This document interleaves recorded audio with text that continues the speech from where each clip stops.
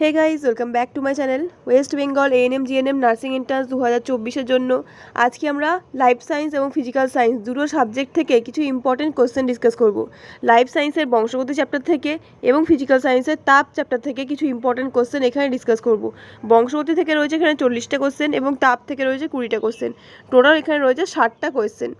এবং তোমাদের বলে রাখি, বংশগতি এবং তাপ চ্যাপ্টার ফিজিক্যাল সায়েন্সের দুটো চ্যাপ্টার থেকে কিন্তু প্রত্যেকবারের পরীক্ষায় কোশ্চেন আসে, সেটা ম্যাথামেটিক্যাল হোক বা এমনি সিম্পল কোয়েশ্চেন হোক। তো চলো আজকের ভিডিওটা স্টার্ট করা যাক। ফার্স্ট কোয়েশ্চেনে দেখো এখানে কি রয়েছে, বংশগতি চ্যাপ্টার। প্রথমে আমরা লাইফ সায়েন্সটা ডিসকাস করে নেব, তারপরে আমরা ফিজিক্যাল সায়েন্সটা ডিসকাস করব।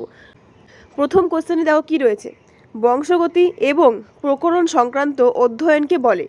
অপশানস কি আছে, জেনেটিক্স, সাইটোলজি, জেরন্টোলজি নাকি হিমাটোলজি। তো বংশগতি এবং প্রকরণ সংক্রান্ত যে অধ্যয়ন সেটাকে কি বলা হয়, সেটাকে বলা হয় জেনেটিক্স। অপশন কোনটা কারেক্ট হবে, অপশন এখানে এ অপশন হয়ে যাবে কারেক্ট, ঠিক আছে। বংশগতি এবং প্রকরণ সংক্রান্ত যে অধ্যয়ন বা স্টাডি সেটাকে বলা হয় জেনেটিক্স, অপশন এ হবে কারেক্ট। বাকি এখানে যে অপশনগুলো রয়েছে দেখো, সাইটোলজি, সাইটোলজি মানে হচ্ছে কোষবিদ্যা। নেক্সট রয়েছে জেরন্টোলজি, জেরন্টোলজি মানে হচ্ছে বার্ধক্য সংক্রান্ত যে পড়াশোনা সেটাকে বলা হয় জেরন্টোলজি। আর রয়েছে হিমাটোলজি, হিমাটোলজি মানে হচ্ছে ব্লাড রিলেটেড যে স্টাডি অফ ব্লাড, সেটা হচ্ছে হিমাটোলজি, ঠিক আছে। তাহলে প্রত্যেকটা অপশন এখানে বোঝা গেছে। জেনেটিক্স হচ্ছে বংশগত এবং প্রকরণ সংক্রান্ত স্টাডি, সাইটোলজি হচ্ছে স্টাডি অফ সেলস, জেরন্টোলজি হচ্ছে স্টাডি অফ ওল্ড এজ বা বয়স সংক্রান্ত যে প্রবলেম সেটা নিয়ে পড়াশোনা হচ্ছে জেরন্টোলজি। তারপরে জেরন্টোলজি হচ্ছে স্টাডি অফ ওল্ড এজ, আর রয়েছে haematology study of blood. Okay, next question দেখো, 2 নম্বর কোশ্চেন কী রয়েছে কোশ্চেন নাম্বার 2-তে। ডিএনএ যে নির্দিষ্ট অংশ নির্দিষ্ট প্রোটিনের সংশ্লেষের সংকেত বহন করে তাকে বলে। অপশানস কি আছে, ক্রোমোজোম, জিন, আরএনএ এবং রয়েছে এনওআর বা নিউক্লিওলার অর্গানাইজার। কোয়েশ্চেনে মেনশন করে দেওয়া আছে যে ডিএনএর যে নির্দিষ্ট অংশ নির্দিষ্ট প্রোটিন সংশ্লেষের সংকেত বহন করছে, সেটাকে আমরা কি বলবো, সেটাকে বলবো জিন। অপশন বি হয়ে যাবে এখানে কারেক্ট, জিন। জিন হচ্ছে ডিএনএর সেই অংশ যে অংশের মধ্যে নির্দিষ্ট প্রোটিনের সংকেত থাকে, সেখান থেকে তৈরি হয় কি সেই নির্দিষ্ট জিনের জন্য এমআরএনএ, এবং সেই এমআরএনএ থেকে যখন প্রোটিন তৈরি হয় তখন অ্যাকচুয়ালি সেই প্রোটিনটা আমাদের জন্য কাজে লাগে। জিন নিজে কোনো কাজ করে না, জিনের যে কাজ সেটা প্রকাশিত হয় প্রোটিন সংশ্লেষের মাধ্যমে, ঠিক আছে। জিনের যে ফাংশন, জিনের যে কাজ সেটা এক্সিকিউট করে কে, সেটা এক্সিকিউট করে হচ্ছে প্রোটিন। ওকে, নাম্বার 3, কোশ্চেন নাম্বার 3-তে কী বলা আছে দেখো, কোনো জীবের মধ্যে যদি কোনো নির্দিষ্ট বৈশিষ্ট্যের জন্য সমধর্মী অ্যালিল থাকে তাকে বলে। অপশানস রয়েছে মনোহাইব্রিড, ডাইহাইব্রিড, হোমোজাইগাস এবং হেটেরোজাইগাস। যদি কোনো জীবের মধ্যে কোনো একটা নির্দিষ্ট বৈশিষ্ট্যের জন্য সমধর্মী বা একই প্রকারের অ্যালিল থাকে সেটাকে বলা হয় কি হোমোজাইগাস জীব বা বিশুদ্ধ জীবও বলা হয়। ডিপ্লয়েড যে কোনো জীবের ক্ষেত্রে, ঠিক আছে, ডিপ্লয়েড যে কোনো জীবের ক্ষেত্রে প্রত্যেকটা যে ক্রোমোজোম সেটা কটা করে প্রেজেন্ট থাকবে, 2টো করে। মনে করো এটাও 1 নম্বর ক্রোমোজোম, এটাও 1 নম্বর ক্রোমোজোম। এবার একটা এসছে পিতার কাছ থেকে, একটা এসছে মাতার কাছ থেকে। এই দুটো 1 নম্বর ক্রোমোজোমকে আমরা কি বলি, সমসংস্থ ক্রোমোজোম। তো প্রত্যেকটা যে সমসংস্থ ক্রোমোজোমের প্রত্যেকটাতেই কিন্তু প্রত্যেকটা বৈশিষ্ট্যের জন্য জিন থাকবে। এখানে যে জিন, এখানে জিন কিন্তু অলমোস্ট সেমই হবে। এই ক্রোমোজোমে মনে করো হাইটের জন্য একটা জিন আছে, এই ক্রোমোজোমও হাইটের জন্য একটা জিন আছে, হাইট বা উচ্চতার জন্য। তো এখানে যে জিন সেটা হচ্ছে ক্যাপিটাল টি, মানে অ্যালিলটা, এখানে যে অ্যালিল সেটা হচ্ছে ক্যাপিটাল টি, এবং এইখানে যে অ্যালিল সেটা হচ্ছে স্মল টি। অর্থাৎ এখানে যে জিনোটাইপ সেটা কি হচ্ছে ক্যাপিটাল টি স্মল টি। এই জীবটা হচ্ছে কি, এই জীবটা হলো হেটেরোজাইগাস, কারণ দেখো ক্যাপিটাল টি স্মল টি আলাদা রকমের হচ্ছে, তাহলে হেটেরোজাইগাস। কিন্তু যদি দুটো ক্রোমোজোমেই ক্যাপিটাল টি থাকতো, এখানেও ক্যাপিটাল টি এখানেও ক্যাপিটাল টি, তাহলে কী হতো, এটা জিনোটাইপ হতো ক্যাপিটাল টি, মানে এটা কী হতো, হোমোজাইগাস। এই কন্ডিশনটাই তোমাদের কোয়েশ্চেনে বলা আছে যে যদি কোনো জীবের মধ্যে কোনো বৈশিষ্ট্যের জন্য সমধর্মী অ্যালিল, এটা সমধর্মী ক্যাপিটাল টি, তাহলে এটা হচ্ছে হোমোজাইগাস জীব। আর যদি দুটো ভিন্ন প্রকারের হয়, ক্যাপিটাল টি স্মল টি বা বিপরীতধর্মী অ্যালিল যদি বলা থাকে, তাহলে হবে কি হেটেরোজাইগাস। আর এখানে দেখো প্রথম দুটো অপশানে কী ছিল, প্রথম দুটো অপশান এখানে রয়েছে মনোহাইব্রিড আর ডাইহাইব্রিড। মনোহাইব্রিড মানে হচ্ছে একসংকর জনন এবং ডাইহাইব্রিড মানে হচ্ছে দ্বিসংকর জনন।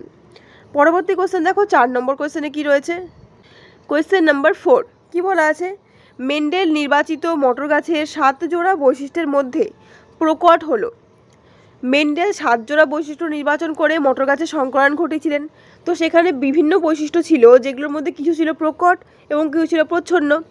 তো সেই যে বিপরীতধর্মী বৈশিষ্ট্যগুলো রয়েছে তার মধ্যে কোনটা এখানে প্রকট বলা আছে? অপশানসকে কী আছে? বেটে গাছ, সাদা ফুল, বেগুনি ফুল আর হলুদ ফুল। তো এগুলোর মধ্যে প্রকট কোনটা? প্রকট হচ্ছে বেগুনি ফুল। বেগুনি ফুল হচ্ছে প্রকট আর সাদা ফুল হচ্ছে প্রচ্ছন্ন। বেগুনি ফুল হচ্ছে প্রকট এবং সাদা ফুল হলো প্রচ্ছন্ন। বেটে গাছও হচ্ছে গাছের যে উচ্চতা তার জন্য বেটে গাছটা হচ্ছে কি প্রচ্ছন্ন বৈশিষ্ট্য, আর লম্বা গাছ হচ্ছে প্রকট বৈশিষ্ট্য। চলো পরবর্তী কোশ্চেন দেখা যাক। 5 নম্বর কোশ্চেন। 5 নম্বর কোশ্চেনে কী আছে দেখো, মটর উদ্ভিদের ফুল হলো। অপশানস কী আছে? একলিঙ্গ ও স্বপরাগী, উভলিঙ্গ ও ইতরপরাগী, একলিঙ্গ ও ইতরপরাগী, নাকি উভলিঙ্গ ও স্বপরাগী? মটর উদ্ভিদের যে ফুল সেটা হচ্ছে উভলিঙ্গ এবং স্বপরাগী। উভলিঙ্গ এবং স্বপরাগী। অপশান কোনটা ঠিক হবে এখানে? অপশান ডি হয়ে যাবে ঠিক। যেহেতু মটর গাছ উভলিঙ্গ তার জন্য কি হচ্ছে এখানে স্বপরাগযোগ ঘটছে, এবং সেই স্বপরাগযোগকে বাধা দেওয়ার জন্য কি প্রক্রিয়া করা হয় যেটাকে কি বলা হয়? ইমাস্কুলেশন। যেটাকে কি বলা হয়? ইমাস্কুলেশন। ইমাস্কুলেশনে কি হয়?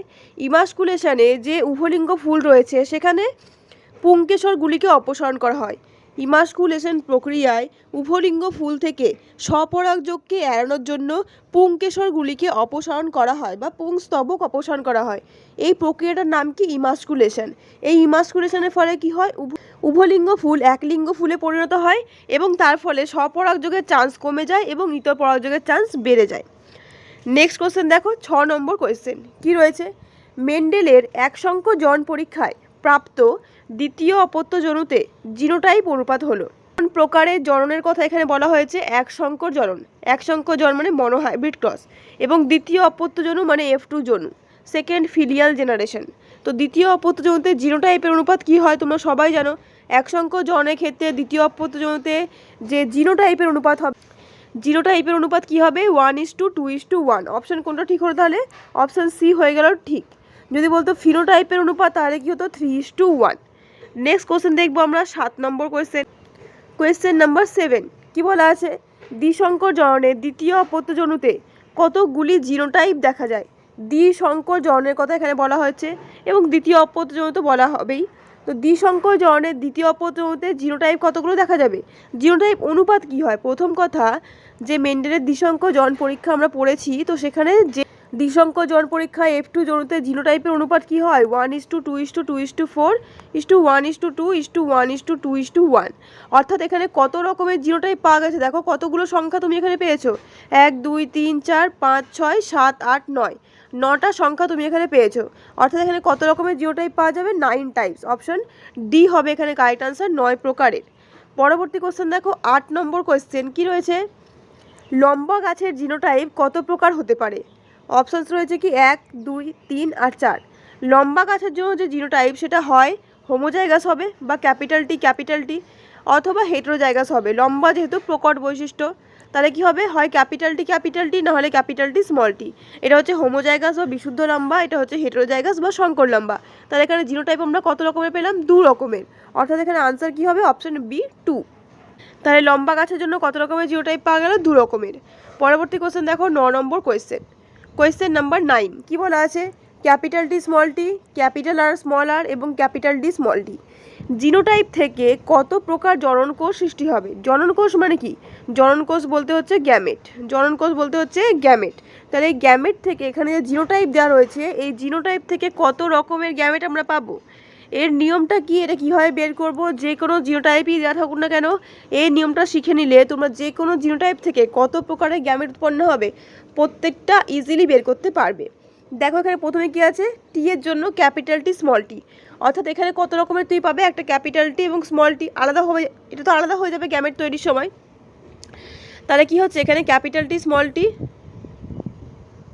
এখানে কি রয়েছে? ক্যাপিটাল টি স্মল টি। ক্যাপিটাল টি স্মল টি মানে কত রকমের টি রয়েছে এখানে? 2 রকমের। তাহলে 2 লিখলাম, গুণ ক্যাপিটাল আর স্মল আর, এখানেও আর রয়েছে 2 রকমের। তারপরে কি আছে? ক্যাপিটাল আর স্মল আর, এখানে আরও রয়েছে 2 রকমের, তাহলে আবার 2 লেখো। এবং ডি এর জন্য ক্যাপিটাল ডি স্মল ডি, এটাও রয়েছে 2 রকমের, তাহলে আবার 2 লিখব। এবং এই তিনটেকে আমরা কি করব? মাল্টিপ্লাই বা গুণ করে দেব। 2 দুগুণে 4 দুগুণে 8। তাহলে আনসার কত হবে? কত রকমের গ্যামেট আমরা এখানে পাবো?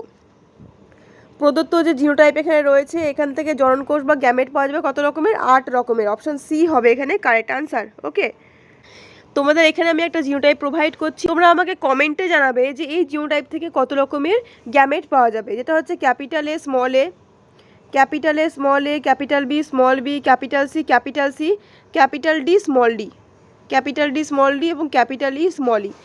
এই জিনোটাইপ থেকে কত রকমের গ্যামেট পাওয়া যাবে তোমরা সেটা আমাকে কমেন্টে জানিও। পরবর্তী কোশ্চেন দেখো, 10 নম্বর কোশ্চেন কি রয়েছে, কোনটি প্রকট গুণ? অপশানস কী আছে, কাণ্ডের দৈর্ঘ্য বেটে, বীজের আকার কুঞ্চিত, বীজপত্রের বর্ণ হলুদ এবং ফুলের বর্ণ সাদা। প্রকট কোনটা এখানে? প্রকট হচ্ছে বীজপত্রের বর্ণ হলুদ, এটা হচ্ছে প্রকট বৈশিষ্ট্য। বীজপত্রের বর্ণ হলুদ হচ্ছে প্রকট বৈশিষ্ট্য। বাকি যে জোড়াগুলো এখানে দেওয়া রয়েছে সবই হচ্ছে প্রচ্ছন্ন বৈশিষ্ট্য। কাণ্ডের দৈর্ঘ্য বেটে, এটা প্রচ্ছন্ন, কাণ্ডের দৈর্ঘ্য লম্বা হবে প্রকট। বীজের আকার রয়েছে কুঞ্চিত, বীজের আকার কুঞ্চিত হলো প্রচ্ছন্ন, বীজের আকার যদি গোলাকার হতো তাহলে সেটা হলো প্রকট। বীজপত্রের বর্ণ হলুদ, এটা প্রকট। নেক্সট রয়েছে ফুলের বর্ণ সাদা, এটা হচ্ছে প্রচ্ছন্ন, ফুলের বর্ণ বেগুনি হচ্ছে প্রকট। পরবর্তী কোয়েশ্চেন দেখো, কোয়েশ্চেন নাম্বার 11। কোয়েশ্চেন নাম্বার 11-এ কী বলা আছে, শঙ্কর লম্বা মটর গাছের সাথে বিশুদ্ধ লম্বা মটর গাছের সংকরায়ন ঘটানো হলে F1 জনুতে লম্বা মটর গাছ পাওয়া যাবে। কোন কোন টাইপের এখানে মটর গাছ বলা আছে? শঙ্কর লম্বা, শঙ্কর লম্বা মানে ক্যাপিটাল টি স্মল টি, তার সাথে বিশুদ্ধ লম্বা মানে ক্যাপিটাল টি। তাহলে এদের যদি এই দুটোর মধ্যে যদি সংকরায়ন ঘটানো হয় তাহলে এখান থেকে আমরা গ্যামেটগুলো পাবো কি, ক্যাপিটাল টি স্মল টি এবং ক্যাপিটাল টি। এবার সংকরায়ন ঘটালে পাবো ক্যাপিটাল টি স্মল টি, দেন পাবো ক্যাপিটাল টি, আবার পাবো ক্যাপিটাল টি স্মল টি। তাহলে এখানে বলেছে লম্বা মটর গাছ কতগুলো পাওয়া যাবে। এখানে লম্বা কোনগুলো দেখো, ক্যাপিটাল টি লম্বা, এটাও লম্বা, এটাও লম্বা, এটাও লম্বা, সবই এখানে কি লম্বা রয়েছে। এখানে কিন্তু বলা নেই বিশুদ্ধ লম্বা বা শঙ্কর লম্বা, জাস্ট এখানে লম্বা বলা আছে। তার মানে কি, এখানে প্রত্যেকটা উদ্ভিদই লম্বা উৎপন্ন হয়েছে, অর্থাৎ 100% উদ্ভিদই বা 100% মটর গাছই এখানে লম্বা। অপশান ডি হয়ে যাবে এখানে কারেক্ট আনসার।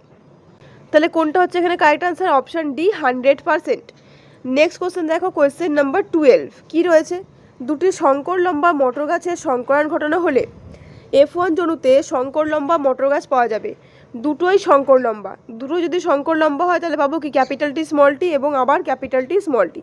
তাহলে এদের মধ্যে যদি সংকরায়ন ঘটানো হয় আমরা কি পাবো, capital T, capital small, again capital small, and এখানে আমরা পাবো কি, স্মল। ঠিক আছে, এবার চেয়েছে এখানে কতগুলো শঙ্কর লম্বা। কোয়েশ্চেন দেখো বলা আছে কি, কতগুলি শঙ্কর লম্বা। কোয়েশ্চেনে কী চেয়েছে সেটা ভালো করে দেখবে। এখানে বলে দেওয়া আছে কি, শঙ্কর লম্বা। তো শঙ্কর লম্বা এখানে কোনগুলো, এইটা শঙ্কর লম্বা এবং এইটা শঙ্কর লম্বা, অর্থাৎ 50% হচ্ছে এখানে শঙ্কর লম্বা উদ্ভিদ। অপশান কোনটা কারেক্ট হবে? অপশান সি হয়ে যাবে এখানে কারেক্ট, 50%। নেক্সট কোশ্চেন দেখো, 13 নম্বর কোশ্চেন। 13 নম্বর কোশ্চেনে কী বলা আছে, capital A, small A, capital B, small B এবং capital A, small A, capital B, small B, এই সংকরায়নে যত প্রকার জিনোটাইপ উৎপন্ন হবে। কত প্রকারের জিনোটাইপ এখানে উৎপন্ন হবে? এটা কিসের কথা বলা আছে? এটা দেখে বুঝতে পারছো তোমরা নিশ্চয়ই, এটা হচ্ছে দ্বিসংকর জননের কথা বলা আছে। এটা হচ্ছে দ্বিসংকর জনন, ঠিক আছে, দ্বিসংকর জনন।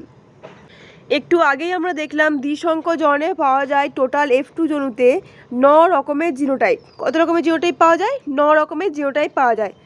দ্বিসংকর জননে পাওয়া যাবে 9 রকমের জিনোটাইপ। তাহলে এখানে আনসার কী হবে? 9 প্রকার। অপশন এ হয়ে যাবে এখানে কারেক্ট, 9 প্রকার।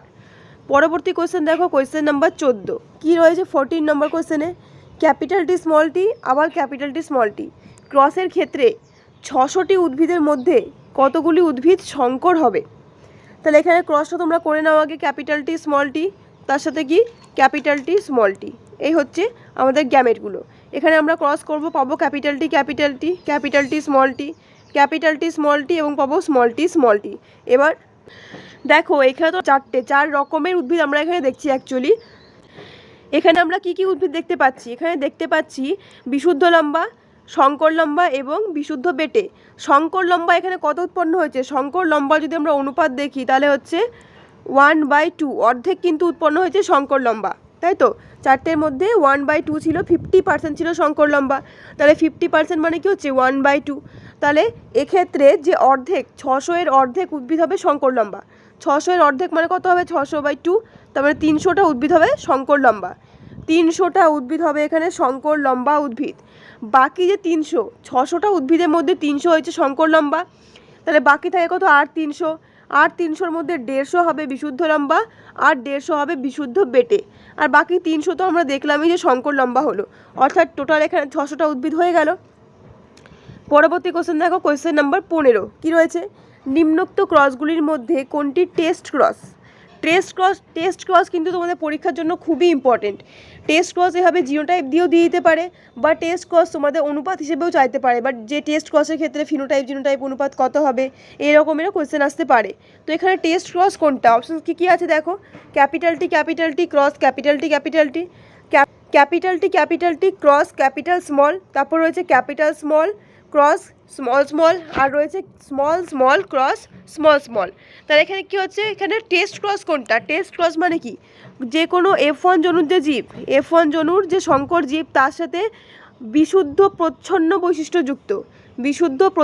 বৈশিষ্ট্যযুক্ত জীবের যে সংকরায়ন সেটা হচ্ছে কি টেস্ট ক্রস। তাহলে এখানে টেস্ট ক্রস কোনটা? টেস্ট ক্রস হচ্ছে অপশন সি হচ্ছে এখানে test cross, capital T small টি।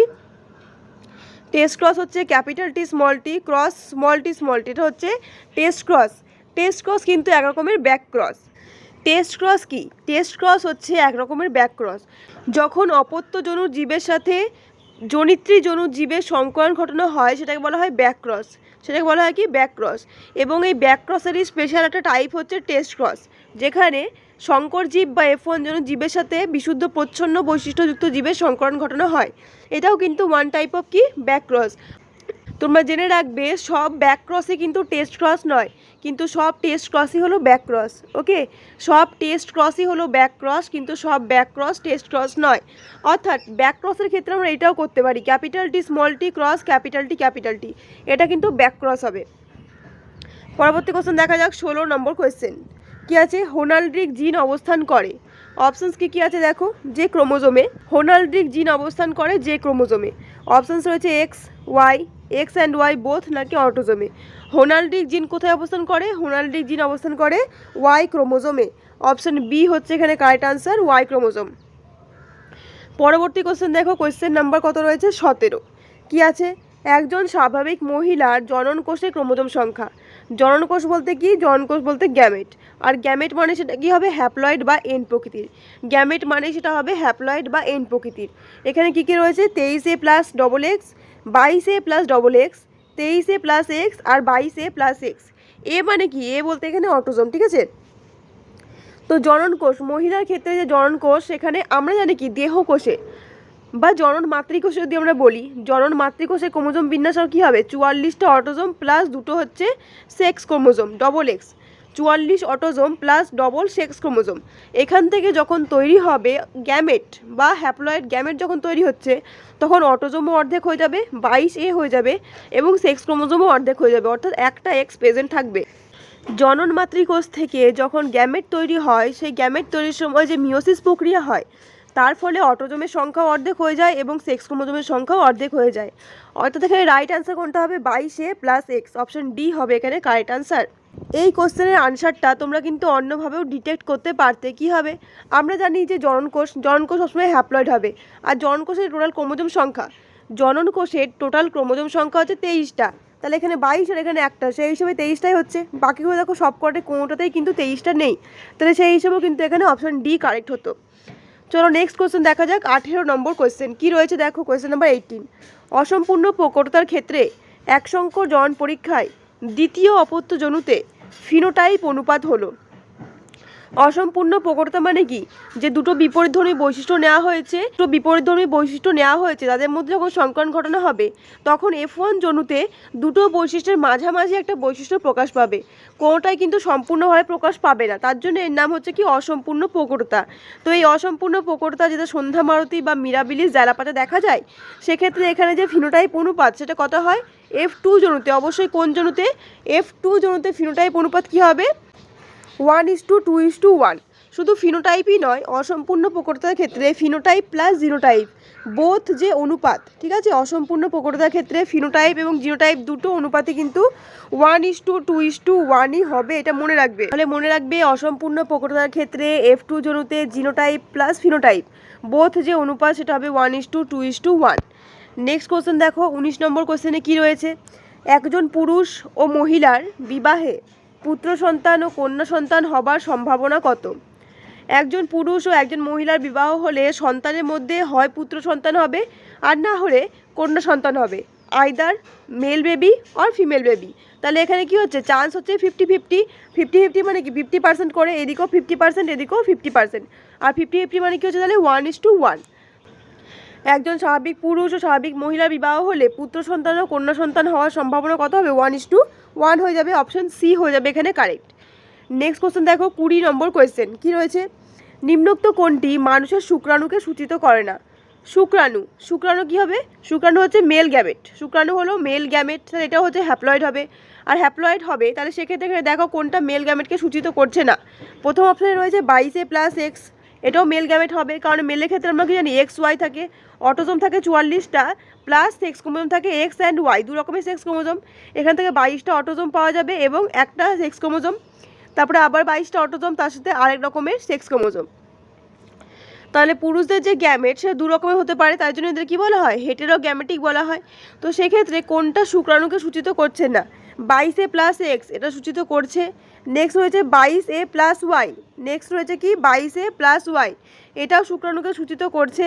তারপর রয়েছে এন মানে কি, এন মানে হচ্ছে হ্যাপ্লয়েড, তাহলে এটাও সূচিত করছে। এবং রয়েছে 44A+XY, 44A+XY তো হতে পারে না, কারণ এটা হচ্ছে ডিপ্লয়েড, আর শুক্রাণু কখনোই ডিপ্লয়েড হবে না। তো এখানে মেল গ্যামেট বা শুক্রাণুকে সূচিত করে না কোনটা, সেটা হচ্ছে 44A+XY। পরবর্তী কোশ্চেন দেখা যাক, নেক্সট কোশ্চেন কী রয়েছে, 21 নম্বর কোশ্চেন, কোনটি বংশগত রোগ নয়। অপশানস কী আছে, হিমোফিলিয়া, বর্ণান্ধতা, থ্যালাসেমিয়া আর অ্যানিমিয়া। এগুলোর মধ্যে বংশগত রোগ নয় কোনটা, সেটা হচ্ছে অ্যানিমিয়া। অ্যানিমিয়া কিন্তু বংশগত রোগ নয়। অ্যানিমিয়া কি, অ্যানিমিয়া হচ্ছে পুষ্টির অভাবজনিত রোগ। যদি খাদ্যে আয়রনের অভাব হয়, বা আমাদের দেহে যদি আরবিসি সঠিক পরিমাণ উৎপন্ন না হয়, সেক্ষেত্রে কিন্তু অ্যানিমিয়া হতে পারে, কিন্তু এটা বংশগত রোগ নয়। ওকে, বাকি যে তিনটে এখানে দেওয়া রয়েছে প্রত্যেকটাই কিন্তু বংশগত। হিমোফিলিয়া এক্স ক্রোমোজোম বাহিত প্রচ্ছন্ন, বর্ণান্ধতা এটাও এক্স ক্রোমোজোম বাহিত প্রচ্ছন্ন, এবং থ্যালাসেমিয়া হচ্ছে অটোজোমাল প্রচ্ছন্ন। পরবর্তী কোশ্চেন দেখো, 22 নম্বর কোশ্চেন কী রয়েছে, থ্যালাসেমিয়া রোগের লক্ষণ। অপশানসকে কী আছে, রক্তক্ষরণ, রক্তাল্পতা, হাঁপানি, আর রয়েছে রক্তবাহে রক্ত তঞ্চিত হয়ে যাওয়া। এখানে থ্যালাসেমিয়া রোগের প্রধান লক্ষণ কোনটা, থ্যালাসেমিয়ার প্রধান লক্ষণ হচ্ছে রক্তাল্পতা। অপশান কোনটা ঠিক হবে এখানে, অপশান বি হবে ঠিক। রক্তক্ষরণ তো হবে না, রক্তক্ষরণ হচ্ছে হিমোফিলিয়ার জন্য হয়। এবার হচ্ছে হাঁপানিও আলাদা ফুসফুসের যে কোনো রোগের জন্য হতে পারে। রক্তবাহে রক্ত তঞ্চিত হয়ে যাওয়া, এটা হতে পারে আইদার হেপারিনের পরিমাণ যদি আমাদের ব্লাডে কমে যায়, বা যদি অন্য কোনো একটা ব্লাড গ্রুপের ব্যক্তিকে অন্য কোনো ব্লাড গ্রুপের রক্ত দিয়ে দেওয়া হয়, যার ফলে রক্ত তঞ্চিত হয়ে যেতে পারে। কিন্তু রক্তাল্পতাটা হবে কেন, থ্যালাসেমিয়ার জন্য হবে, কারণ থ্যালাসেমিয়ার ক্ষেত্রে আমরা কি জানি, থ্যালাসেমিয়ার ক্ষেত্রে হিমোগ্লোবিনের ত্রুটি দেখা যায়। হিমোগ্লোবিন গঠনের ত্রুটি দেখা যায় থ্যালাসেমিয়া রোগে। তার ফলে কী হবে, আরবিসি যেগুলো আমাদের আরবিসি রয়েছে, সেই আরবিসি ঠিকঠাকভাবে তৈরি হতে পারবে না, তার ফলে কী হবে, রক্তাল্পতা দেখা যাবে। নেক্সট কোশ্চেন দেখো, 23 নম্বর কোশ্চেনে কী রয়েছে, আলফা গ্লোবিন জিন কত নং ক্রোমোজোমে থাকে। আলফা গ্লোবিন জিনটা কী কাজে লাগে, আলফা গ্লোবিন জিন হচ্ছে হিমোগ্লোবিন গঠনের কাজে লাগে। আলফা গ্লোবিন জিন কাজে লাগে হিমোগ্লোবিনের যে গ্লোবিন পার্ট বা প্রোটিন পার্ট, সেইটা গঠনের কাজে লাগবে আলফা গ্লোবিন জিন। এটা কত নম্বর ক্রোমোজোমে রয়েছে, 11 নং, 12 নং, 16 নং নাকি 18 নং। আলফা গ্লোবিন জিন থাকে 16 নং ক্রোমোজোমে। অপশান কোনটা ঠিক হবে, অপশান সি হবে এখানে ঠিক। তাহলে আলফা গ্লোবিন জিন অবস্থান করছে কত নং ক্রোমোজোমে, 16 নং ক্রোমোজোমে। এবং 11 নং ক্রোমোজোমে অবস্থান করে, এই যে 11 নং ক্রোমোজোম, এটাও তো অটোজোম, 11 নং ক্রোমোজোমে অবস্থান করে বিটা গ্লোবিন জিন যদি বলা হয় কত নং ক্রোমোজোমে অবস্থান করে, তাহলে হবে 11 নং। এবং আলফা গ্লোবিন জিন তাহলে হচ্ছে 16 নং। মানে হিমোগ্লোবিনের যে গ্লোবিন বা প্রোটিন পার্ট, সেখানে আমরা জানি দু রকমের পলিপটাইড থাকে, একটা হচ্ছে আলফা আর একটা হচ্ছে বিটা। আলফা থাকে আর বিটা থাকে, আলফা থাকে দুটো, বিটা থাকে দুটো। হিমোগ্লোবিনের ক্ষেত্রে আলফা পলিপেপটাইড প্রেজেন্ট থাকবে দুটো, এবং বিটা পলিপেপটাইড চেনও প্রেজেন্ট থাকবে দুটো, মোট 4টে এখানে পলিপেপটাইড প্রেজেন্ট থাকে। চলো নেক্সট কোশ্চেন দেখা যাক, 24 নম্বর কোশ্চেন কী রয়েছে, কোন ক্রসের মাধ্যমে 1:1:1:1 অনুপাত পাওয়া সম্ভব। অপশানস কী রয়েছে, এক সংকর জনন, এক সংকর ব্যাক ক্রস, দ্বিসংকর জনন, আর রয়েছে দ্বিসংকর টেস্ট ক্রস। আমরা জানি যে টেস্ট ক্রসের ক্ষেত্রে টেস্ট ক্রসের ক্ষেত্রে আমরা অনুপাত পাই কি F2 জনুতে 1:1, কিন্তু এই যে 1:1 অনুপাতটা তোমরা পাচ্ছ এটা হচ্ছে এক সংকর টেস্ট ক্রস। যে টেস্ট ক্রসের ক্ষেত্রে আমরা 1:1 অনুপাতটা পাই, ফিনোটাইপ বা জিনোটাইপ হোক, টেস্ট ক্রসের ক্ষেত্রে ফিনোটাইপ এবং জিনোটাইপ অনুপাত কী হয় 1:1, কিন্তু এই 1:1টা হয় টেস্ট ক্রস এক সংখ্য যখন হয়, এক সংখ্য টেস্ট ক্রসের ক্ষেত্রে পাওয়া যায় এই 1:1 অনুপাতটা, কিন্তু এখানে রয়েছে কি 4টে 1:1:1:1, তাহলে এটা কত নম্বর, এটা হবে দ্বিসংকর টেস্ট ক্রস। দ্বিসংকর টেস্ট ক্রসের ক্ষেত্রে আমরা অনুপাত পাবো কত, ফিনোটাইপ জিনোটাইপ 1:1:1:1, ঠিক আছে। এই 25 নম্বর কোশ্চেন কী রয়েছে দেখো, হিমোফিলিয়া রোগের কারণ। অপশানস রয়েছে এক্স ক্রোমোজোমে অবস্থিত প্রকট জিন, এক্স ক্রোমোজোম স্থিত প্রচ্ছন্ন জিন, অটোজোমাল প্রকট, আর রয়েছে অটোজোমাল প্রচ্ছন্ন। হিমোফিলিয়া কেমন ডিজিজ? হিমোফিলিয়া একটা বংশগত বা জিনগত রোগ আমরা জানি, কিন্তু সেটা কেমন, সেটা হচ্ছে এক্স ক্রোমোজোম বাহিত প্রচ্ছন্ন। এক্স ক্রোমোজোম বাহিত প্রচ্ছন্ন ডিজিজ হচ্ছে হিমোফিলিয়া। হিমোফিলিয়া মানে কি, রক্ত তঞ্চিত হবে না, রক্তক্ষরণ বন্ধ হবে না বা রক্ত তঞ্চিত হবে না, কোনো জায়গায় কেটে গেলে সেখান থেকে রক্তপাত বা রক্তক্ষরণ কন্টিনিউয়াসলি হয়ে যাবে। কেন? কারণ এখানে রক্ততন্ত্রের বিভিন্ন ফ্যাক্টর অনুপস্থিত থাকে তার জন্য। নেক্সট কোশ্চেন দেখা যাক, পরবর্তী কোশ্চেন দেখো 26 নম্বর কোশ্চেন কী রয়েছে, কোনটির অপর নাম খ্রিস্টমাস রোগ? অপশানস রয়েছে haemophilia A, haemophilia B, thalassaemia, আর রয়েছে কি কালার ব্লাইন্ডনেস। ক্রিসমাস রোগ কার নাম? ক্রিসমাস রোগ হচ্ছে হিমোফিলিয়া বি এর নাম। হিমোফিলিয়া আমরা দু রকমের দেখতে পাই, একটা হচ্ছে হিমোফিলিয়া এ, আরটা হচ্ছে হিমোফিলিয়া বি। হিমোফিলিয়া এ এবং হিমোফিলিয়া বি। হিমোফিলিয়া আমরা মেনলি দু রকমের দেখি, একটা হচ্ছে হিমোফিলিয়া এ এবং হিমোফিলিয়া বি। হিমোফিলিয়া এ কখন হয়? যখন রক্ততঞ্চনের 8 নম্বর ফ্যাক্টর 8 বা অ্যান্টি হিমোফিলিক ফ্যাক্টর যখন অ্যাবসেন্ট থাকে তখন হিমোফিলিয়া এ প্রকাশ পায়, এবং হিমোফিলিয়া বি এর ক্ষেত্রে থাকে 9 নম্বর ফ্যাক্টর অ্যাবসেন্ট। হিমোফিলিয়া বি এর ক্ষেত্রে 9 নম্বর ফ্যাক্টর, যার নাম হচ্ছে প্লাজমা থ্রম্বোপ্লাস্টিন কম্পোনেন্ট বা পিটিসি। ফ্যাক্টর যে 9, ব্লাড কোয়াগুলেশনের ফ্যাক্টর 9 হচ্ছে পিটিসি বা প্লাজমা থ্রম্বোপ্লাস্টিন কম্পোনেন্ট, ঠিক আছে। এটা অ্যাবসেন্ট থাকলে ক্রিসমাস রোগ বা হিমোফিলিয়া বি কিন্তু হয়। পরবর্তী কোশ্চেন দেখো, কোশ্চেন নাম্বার 27 কী রয়েছে, ক্লাসিক হিমোফিলিয়া বলা হয়। অপশানস রয়েছে haemophilia A, haemophilia B, haemophilia C, আর none of this. Classic haemophilia বা রয়্যাল হিমোফিলিয়া, ক্লাসিক হিমোফিলিয়া বা রয়্যাল হিমোফিলিয়া কাকে বলা হয়? হিমোফিলিয়া এ কে বলা হয়। এখানে অ্যাবসেন্ট থাকে কোন ফ্যাক্টর? ব্লাড কোয়াগুলেশনের যে 8 নম্বর ফ্যাক্টর বা অ্যান্টি হিমোফিলিক ফ্যাক্টর। ব্লাড কোয়াগুলেশনের 8 নম্বর ফ্যাক্টর বা অ্যান্টি হিমোফিলিক ফ্যাক্টর যদি অ্যাবসেন্ট থাকে তখন হিমোফিলিয়া এ রোগটা হয়।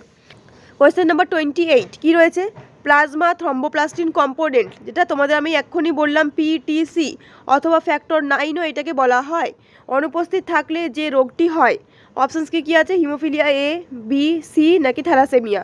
প্লাজমা থ্রম্বোপ্লাস্টিন কম্পোনেন্ট বা পিটিসি যদি অ্যাবসেন্ট থাকে তাহলে সেক্ষেত্রে কোন রোগ হয়? হিমোফিলিয়া বি হয়। হিমোফিলিয়া বি মানে অপশান বি হবে এখানে correct answer, haemophilia B. Haemophilia সিটাও তোমাদের একটু বলে দিই।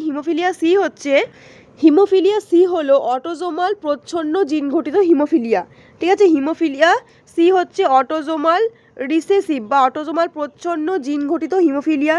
এক্ষেত্রে রক্ততঞ্চনের সাহায্যকারী ফ্যাক্টর 11, হিমোফিলিয়া সি এর ক্ষেত্রে ফ্যাক্টর 11 বা প্লাজমা থ্রম্বোপ্লাস্টিন অ্যান্টিসিডেন্ট, যেটাকে বলা হয় পিটিএ। প্লাজমা থ্রম্বোপ্লাস্টিন অ্যান্টিসিডেন্ট যদি অ্যাবসেন্ট হয় বা উৎপন্ন না হয় তাহলে সেক্ষেত্রে কী হবে? হিমোফিলিয়া সি হবে। বুঝতে পারলে? তাহলে হিমোফিলিয়া এ এর জন্য অ্যাবসেন্ট হচ্ছে ফ্যাক্টর 8 বা anti haemophilic factor, haemophilia B এর জন্য ফ্যাক্টর 9 বা প্লাজমা থ্রম্বোপ্লাস্টিন কম্পোনেন্ট, এবং হিমোফিলিয়া সি যেটা হচ্ছে কি অটোজোমাল রিসেসিভ বা অটোজোমাল প্রচ্ছন্ন, তার জন্য হচ্ছে ফ্যাক্টর 11 বা প্লাজমা থ্রম্বোপ্লাস্টিন অ্যান্টিসিডেন্ট, পিটিএটা উৎপন্ন হবে না। পরবর্তী কোশ্চেন দেখো 29 নম্বর কোয়েশ্চেন কী রয়েছে, ব্লিডার্স ডিজিজ বলা হয়। অপশানস রয়েছে কি দেখো, থ্যালাসেমিয়া, হিমোফিলিয়া, বর্ণান্ধতার, মাস্কুলার ডিস্ট্রফি। ব্লিডার্স ডিজিজ নামটা কোথা থেকে এসছে? নামটা এসছে ব্লিডিং থেকে ব্লিডার্স ডিজিজ। তাহলে ব্লিডিং কোন রোগে হয়? ব্লিডিং হয় হিমোফিলিয়াতে। তাহলে এখানে কারেক্ট আনসার কী হবে? অপশন বি, হিমোফিলিয়াকে বলা হয় ব্লিডার্স ডিজিজ। নেক্সট কোয়েশ্চেন দেখো, কোয়েশ্চেন নাম্বার 30 রয়েছে দেখো 30 নম্বর কোয়েশ্চেন কী রয়েছে দেখো, থ্যালাসেমিয়ার বাহক পিতা ও স্বাভাবিক মাতার সন্তানের থ্যালাসেমিয়াতে আক্রান্ত হওয়ার সম্ভাবনা। কি বলা হয়েছে এখানে? থ্যালাসেমিয়ার বাহক পিতা। থ্যালাসেমিয়া হচ্ছে অটোজোমাল ডিজিজ। তাহলে অটোজোমাল ডিজিজ হলে থ্যালাসেমিয়ার যে বাহক পিতা তার জন্য যে জিনোটাইপ সেটা কী হবে? ক্যাপিটাল এ স্মল এ। বাহক বলা হয়েছে, আর পিতাও এখানে বাহক হতে পারে, কারণ এটা এক্স ক্রোমোজোম ঘটিত নয়, তার জন্য পিতা ও মাতা দুজনেই কিন্তু বাহক হিসেবে কাজ করে এখানে। তারপর দেখো কী বলছে, স্বাভাবিক মাত্রা। স্বাভাবিক মাত্রা মানে কি, ক্যাপিটালে দুটোই প্রকট, সেটা হচ্ছে স্বাভাবিক। তো এখান থেকে কী গ্যামেট আমরা পাবো, ক্যাপিটালে, স্মলে, আর এখান থেকে এবার এদের মধ্যে যদি সংকরায়ন ঘটানো হয় বা ক্রস ঘটানো হয় তাহলে আমরা কী কী রেজাল্ট পাবো, ক্যাপিটালে, স্মলে, এবং পেয়েছিলাম ক্যাপিটালে। তাহলে এখানে ক্যাপিটালে, এখানে হচ্ছে ক্যাপিটালে স্মলে, এখানে হচ্ছে ক্যাপিটাল, আর এখানে হচ্ছে ক্যাপিটাল স্মল। ঠিক আছে, তাহলে এক্ষেত্রে দেখো কি পাচ্ছি আমরা, কোনো সন্তানই কিন্তু এখানে থ্যালাসেমিয়ায় আক্রান্ত হয়নি। থ্যালাসেমিয়ায় যদি কোনো সন্তান আক্রান্ত হতো তাদের জিনোটাইপ সেটা আমরা পেতাম কি, সেটা আমরা পেতাম স্মলে। এখানে স্মলে একটা উৎপন্ন হয়নি, তাহলে এখানে কিন্তু কোনো সন্তানই থ্যালাসেমিয়াতে আক্রান্ত হবে না, অর্থাৎ এখানে আনসার কী হবে, 0%। ওকে, নেক্সট কোশ্চেন দেখা যাক কী রয়েছে। 31 নম্বর কোশ্চেন কী রয়েছে দেখো, পিতা স্বাভাবিক ও মাতা বাহক হলে সন্তানের হিমোফিলিয়া রোগে আক্রান্ত হওয়ার সম্ভাবনা কত। পিতা এখানে স্বাভাবিক এবং মাতা হচ্ছে বাহক, তাহলে হিমোফিলিয়া রোগে সন্তানের আক্রান্ত হওয়ার সম্ভাবনা কত হবে। পিতা যদি স্বাভাবিক হয় তাহলে পিতার ক্ষেত্রে জিনোটাইপ সেটা কী হবে, XHY, অর্থাৎ এখানে প্রকট থাকবে। তারপর হচ্ছে মাতা বাহক, মাতা মানে কী হবে, মাতা যেহেতু বাহক তার জন্য হবে XH এবং X মানে এটা হচ্ছে হেটেরোজাইগাস কন্ডিশন। এখান থেকে আমরা গ্যামেট হিসেবে কী কী পাবো, স্বাভাবিক পিতার জন্য আমরা কী কী পাচ্ছি, XH এবং Y, এবং মাতা বাহক তার জন্য কী পাবো, XH এবং X। এবার এদের মধ্যে সংকরায়ন ঘটাও তুমি কী কী পাবে, XH, মানে এটা হচ্ছে কন্যা সন্তান এবং স্বাভাবিক। তারপরে পাবে XHY, এটা হচ্ছে পুত্র সন্তান কিন্তু স্বাভাবিক। নেক্সট পাবে XH, এটাও কন্যা সন্তান কিন্তু সে হচ্ছে বাহক, আক্রান্ত হয়নি বাট বাহক বা ক্যারিয়ার হয়েছে। তারপরে কি পাবো, X এবং Y। তাহলে এখানে আক্রান্ত দেখো তুমি একটা পাচ্ছ, এই যে লাস্টের পুত্র সন্তান যেটা আমরা দেখছি X এবং Y, তারপরে এটা কি, এখানে যে জিনটা X ক্রোমোজোম স্থিত যে জিন সেটা প্রচ্ছন্ন হয়ে গেছে, h মানে প্রচ্ছন্ন, তাহলে সেক্ষেত্রে এর কিন্তু এই পুত্র সন্তানের হিমোফিলিয়া আক্রান্ত হবে। অর্থাৎ এখানে কত পার্সেন্ট, এখানে হচ্ছে অনলি 25%। প্রত্যেকটা ঘর আমরা 25 করে ধরি এক সংখ্যজনের ক্ষেত্রে, তো এখানে কি হচ্ছে, এটা 25% হবে, অর্থাৎ 25% কোথায় আছে, অপশন ডিতে। তাহলে অপশন ডি হবে এখানে কারেক্ট আনসার, 25%। পরবর্তী কোশ্চেন দেখো, কোশ্চেন নাম্বার 32 কি আছে, অ্যালবিনিজম রোগটি। অ্যালবিনিজম রোগে কি হয়, অ্যালবিনিজম রোগে মেলানিন উৎপন্ন হয় না। মেলানিন যেটা আমাদের কি করে, ত্বক বা স্কিনের কালার ঠিক করে, সেই মেলানিন কিন্তু অ্যালবিনিজম রোগে উৎপন্ন হবে না। তাহলে এটা কী প্রকৃতির রোগ, অ্যালবিনিজম হচ্ছে অটোজোমাল রিসেসিভ একটা রোগ। অ্যালবিনিজম হচ্ছে অটোজোমাল রিসেসিভ বা অটোজোমাল প্রচ্ছন্ন। অপশন কোনটা ঠিক হবে, এখানে অপশন সি হয়ে যাবে ঠিক। ওকে, এখানে মেলানিন উৎপন্ন হওয়ার জন্য যে জিন, সেই জিনটা প্রচ্ছন্ন থাকে, তার জন্য কিন্তু এই রোগটা, অ্যালবিনিজম রোগটা হয়। তো আনসার কি হলো, অটোজোমাল প্রচ্ছন্ন। নেক্সট কোশ্চেন দেখো, কোয়েশ্চেন নাম্বার 33 কি রয়েছে, ডালটনিজম রোগটি হলো। ডালটনিজম কোন রোগকে বলা হয়, ডালটনিজম বলা হয় বর্ণান্ধতাকে বা কালার ব্লাইন্ডনেসকে। তাহলে এখানে কি হবে আনসার, বর্ণান্ধতা বা অপশন ডি হবে এখানে কারেক্ট আনসার। দেখো অপশন এতে রয়েছে কি, ডাউন সিনড্রোম। ডাউন সিনড্রোম কেন হয়, 21 নং ক্রোমোজোমের ট্রাইজোমির ফলে ডাউন সিনড্রোম হয়। 21 নং ক্রোমোজোম মানে কি, এটা অটোজোম। তাহলে এই 21 নম্বর যে অটোজোম, সেই অটোজোমে যদি ট্রাইজোমি হয়, মানে যদি 3টে প্রেজেন্ট থেকে যায়, তাহলে সেক্ষেত্রে কিন্তু ডাউন সিনড্রোম হবে। আর এই ডাউন সিনড্রোম যেসব বাচ্চাদের হয়, ডাউন সিনড্রোমের ক্ষেত্রে বাচ্চা কিন্তু মেন্টাল ডেভেলপমেন্ট হয় না, বাচ্চার হাইট বৃদ্ধি পায় না, মুখটা গোল প্রকৃতির হয়, ঠিক আছে, মুখ দিয়ে সবসময় লালা বেরোতে থাকে, এরকম কিন্তু ডাউন সিনড্রোমের লক্ষণ। নেক্সট কোশ্চেন দেখো, কোয়েশ্চেন নাম্বার 34 কি রয়েছে, ক্রিস ক্রস উত্তরাধিকার দেখা যায় যে ক্রোমোজোমের ক্ষেত্রে। অপশানস রয়েছে XY, বোথ নাকি অটোজোম। ক্রিস ক্রস উত্তরাধিকার আমরা কোন ক্রোমোজোমের ক্ষেত্রে দেখি, সেটা হচ্ছে আমরা X ক্রোমোজোমের ক্ষেত্রে দেখি ক্রিস ক্রস উত্তরাধিকার। নেক্সট কোশ্চেন দেখো, কোয়েশ্চেন নাম্বার 35 কি রয়েছে, 35 নম্বর কোয়েশ্চেনে কি আছে দেখো, কোন প্রক্রিয়ায় নতুন অঙ্গের সৃষ্টি হয়। অপশানস রয়েছে কোষ বিভাজন, কোষের বৃদ্ধি, কোষীয় বিভেদন নাকি কোনটি নয়। নতুন অঙ্গের সৃষ্টি হবে কোন প্রক্রিয়ার মাধ্যমে, সেটা হচ্ছে কোষীয় বিভেদনের মাধ্যমে। বিভেদনের মাধ্যমে কি হয়, বিভেদনকে বলা হয় ডিফারেন্সিয়েশন, সেল ডিফারেন্সিয়েশন। এই সেল ডিফারেন্সিয়েশনের কারণে কিন্তু নতুন অঙ্গের সৃষ্টি হয়। অপশন সি হচ্ছে এখানে কারেক্ট আনসার। কোয়েশ্চেন নাম্বার 36 কি রয়েছে দেখো, কোনটি মেন্ডেলের সূত্রের ব্যতিক্রম নয়। অপশানস রয়েছে সহপ্রকটতা, অসম্পূর্ণ প্রকটতা, লিঙ্কেজ আর প্রচ্ছন্নতা। এখানে মেন্ডেলের সূত্রের ব্যতিক্রম নয় কোনটা, সেটা হচ্ছে প্রচ্ছন্নতা। প্রচ্ছন্ন, প্রকট সবই হচ্ছে মেন্ডেলের সূত্রকে সাপোর্ট করে। কিন্তু সহপ্রকটতা, অসম্পূর্ণ প্রকটতা, লিঙ্কেজ এগুলো সব হচ্ছে মেন্ডেলের সূত্রের ব্যতিক্রম। মানে হচ্ছে যদি লিঙ্কেজ প্রেজেন্ট থাকে, যদি দুটো জিনের মধ্যে লিঙ্কেজ থাকে বা লিঙ্ক থাকে, দুটো জিন যদি খুব ক্লোজলি রিলেটেড হয়, তাহলে সেখানে কিন্তু লিঙ্কের যে ব্যাপারটা সেটা ঘটে, যার জন্য কি হয়, তাদের যে স্বাধীন বিন্যাস সেটা ঘটতে পারে না। তাই জন্য এই ঘটনাগুলো সব কিন্তু মেন্ডেলের সূত্রের ব্যতিক্রম হিসেবে কাজ করে। পরবর্তী কোশ্চেন দেখো, কোশ্চেন নাম্বার 37। কোশ্চেন নাম্বার 37-এ কী রয়েছে, যকৃৎ, প্লীহা ও যকৃৎ ক্ষতিগ্রস্ত হয় এমন রোগ হলো। অপশানস রয়েছে অ্যানিমিয়া, থ্যালাসেমিয়া, হিমোফিলিয়া আর প্রোটানোপিয়া। প্লীহা মানে স্প্লিন আর যকৃৎ মানে হচ্ছে আমাদের লিভার, এই দুটো অর্গ্যান ক্ষতিগ্রস্ত হবে কোন রোগে, সেটা হচ্ছে থ্যালাসেমিয়া রোগে। অপশান বি হচ্ছে এখানে কারেক্ট, থ্যালাসেমিয়া। থ্যালাসেমিয়াতে কি হয়, প্লীহা আর যকৃতের আকার বৃদ্ধি পায়। প্লীহার আকার বৃদ্ধি পেয়ে যাকে বলা হয় স্প্লিনোমেগালি, আর যকৃতের আকার বৃদ্ধি পাওয়াকে বলা হয় হেপাটোমেগালি। এই দুটোই কিন্তু ঘটে হচ্ছে থ্যালাসেমিয়া রোগে। হেপাটোস্প্লিনোমেগালি মানে হেপাটো অর্থাৎ লিভারেরও আকার বৃদ্ধি পায়, এবং স্প্লিন মানে হচ্ছে প্লীহারও আকার বৃদ্ধি পায়। তাহলে এই কোশ্চেনটা তোমাদের এরমভাবে আসতে পারতো যে স্প্লিনোমেগালি বা হেপাটোস্প্লিনোমেগালি কোন রোগের ক্ষেত্রে দেখা যায়, তখনও কিন্তু আনসার হতো কি, থ্যালাসেমিয়া। নেক্সট কোশ্চেন আমরা দেখব 38 নম্বর কোয়েশ্চেন। কি রয়েছে দেখো, সাদা প্রকট গুণ হলে একটি বিশুদ্ধ সাদা ও একটি বিশুদ্ধ কালো গিনিপিগের সংকরায়নে প্রথম অপত্য জনুতে কী প্রকার প্রজাতি জন্মাবে। এখানে প্রকট গুণটা মেনশন করে দেওয়া আছে, সাদা বা হোয়াইট কালারটা হচ্ছে প্রকট স্কিন কালার, এবং তার সাথে রয়েছে কি বিশুদ্ধ কালো। কালো মানে কি, এটা হচ্ছে প্রচ্ছন্ন। যদি আমরা সাদা ধরি ক্যাপিটাল ডাব্লু, তাহলে বিশুদ্ধ সাদা হলো ক্যাপিটাল ডাব্লু, এবং বিশুদ্ধ কালো হবে স্মল ডাব্লু। এদের সংকরায়নে যে অপত্যজনু, প্রথম অপত্যজনু কি উৎপন্ন হবে, ক্যাপিটাল ডাব্লু স্মল ডাব্লু। অর্থাৎ ক্যাপিটাল যেহেতু প্রকট, সাদা হচ্ছে প্রকট, তার জন্য প্রত্যেকটা F1 বা প্রথম অপত্যজনুতে প্রত্যেকটা জীব উৎপন্ন হবে সেটা হবে সাদা রঙের। শঙ্কর সাদা, বিশুদ্ধ সাদা আমরা পাবো না, আমরা পাবো সাদা, শঙ্কর সাদা। তো এখানে অপশন বি হয়ে যাবে কারেক্ট আনসার। পরবর্তী কোশ্চেন দেখো 39 নম্বর কোশ্চেনে কী রয়েছে, লাল বর্ণান্ধতাকে বলা হয়। বর্ণান্ধতা আমরা জানি 3 প্রকারের হয়, একটা হচ্ছে লাল হয়, একটা নীল হয়, আরটা হয় কি সবুজ, 3 রকমের।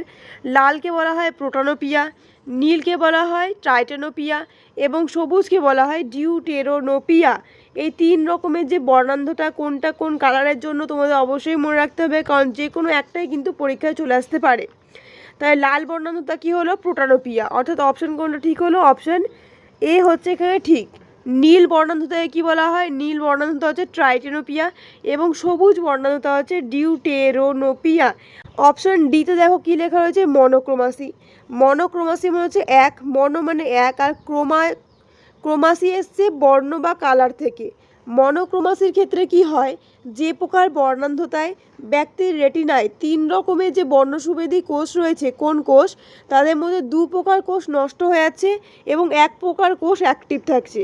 2 প্রকার বর্ণ সংবেদনশীল কোষ নষ্ট হয়ে যাচ্ছে এবং 1 প্রকার বর্ণ সংবেদনশীল কোষটা অ্যাক্টিভ থাকছে, তখন সেটাকে বলছে মনোক্রোমাসি। আর একটা টার্ম আছে ডাইক্রোমাসি। এই ডাইক্রোমাসির ক্ষেত্রে কী হবে, ডাই মানে কি 2, তাহলে যে প্রকার বর্ণান্ধতায় ব্যক্তির রেটিনায় 3 রকমের অর্থাৎ লাল, সবুজ আর নীল বর্ণসুবেদী যে কোন কোষ রয়েছে, তার মধ্যে যে কোনো 1 প্রকার কোষ ক্ষতিগ্রস্ত হয়, এবং বাকি যে 2 প্রকার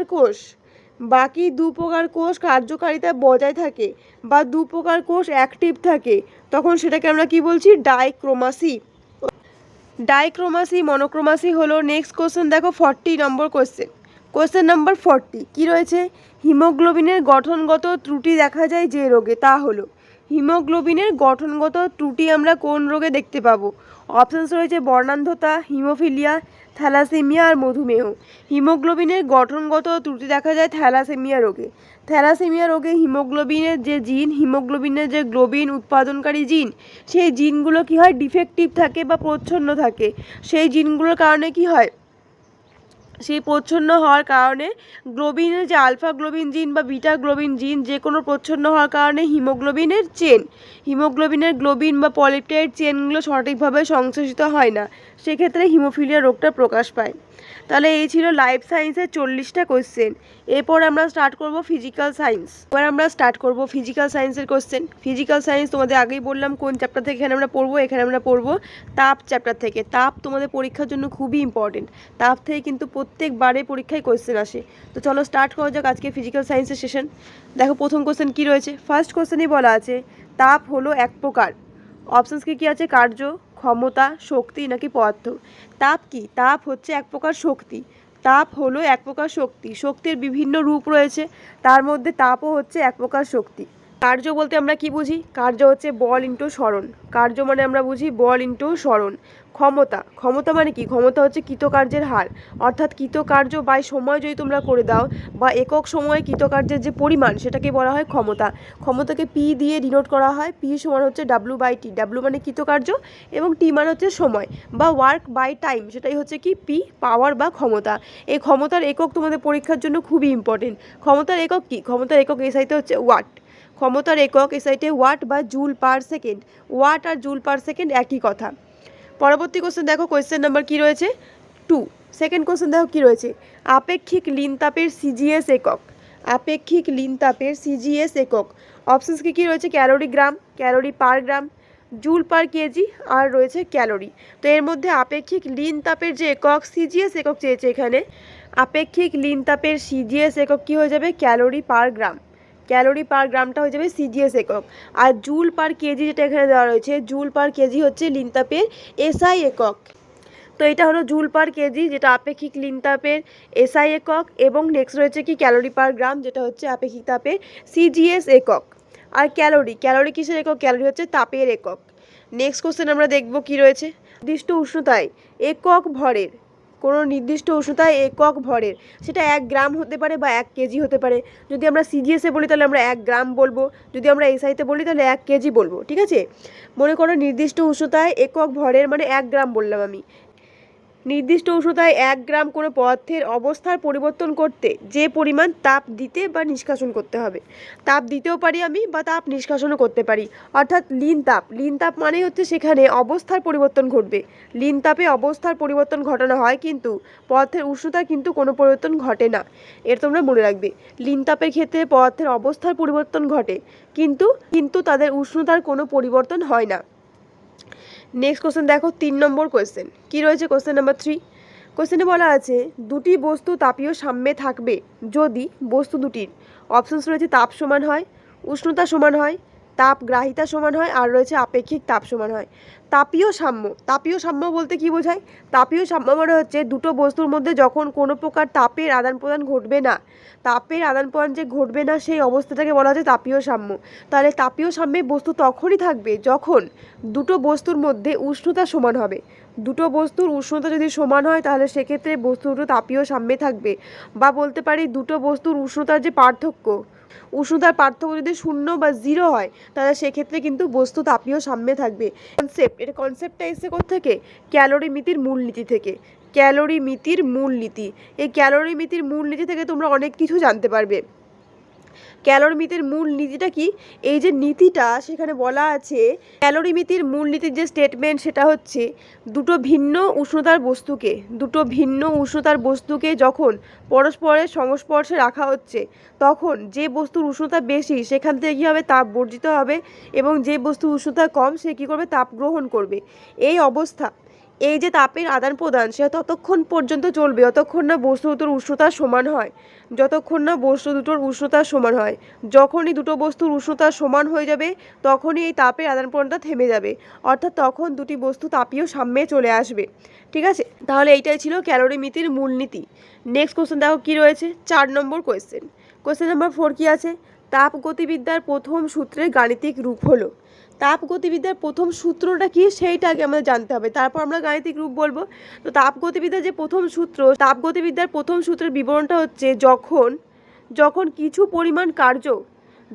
কিছু পরিমাণ যান্ত্রিক কার্য মানে ডাব্লু লিখলাম, যখন কিছু পরিমাণ যান্ত্রিক কার্য বা ডাব্লু সম্পূর্ণরূপে তাপে রূপান্তরিত হচ্ছে, ডাব্লু পরিমাণ কার্য যদি সম্পূর্ণরূপে তাপে রূপান্তরিত হয় তাহলে সেক্ষেত্রে সম্পাদিত কার্য মানে ডাব্লু এবং যে উৎপন্ন তাপ অর্থাৎ এইচ সেটা পরস্পরের সমানুপাতিক হয়, মানে ডাব্লু ভ্যারিজাস এইচ হয়।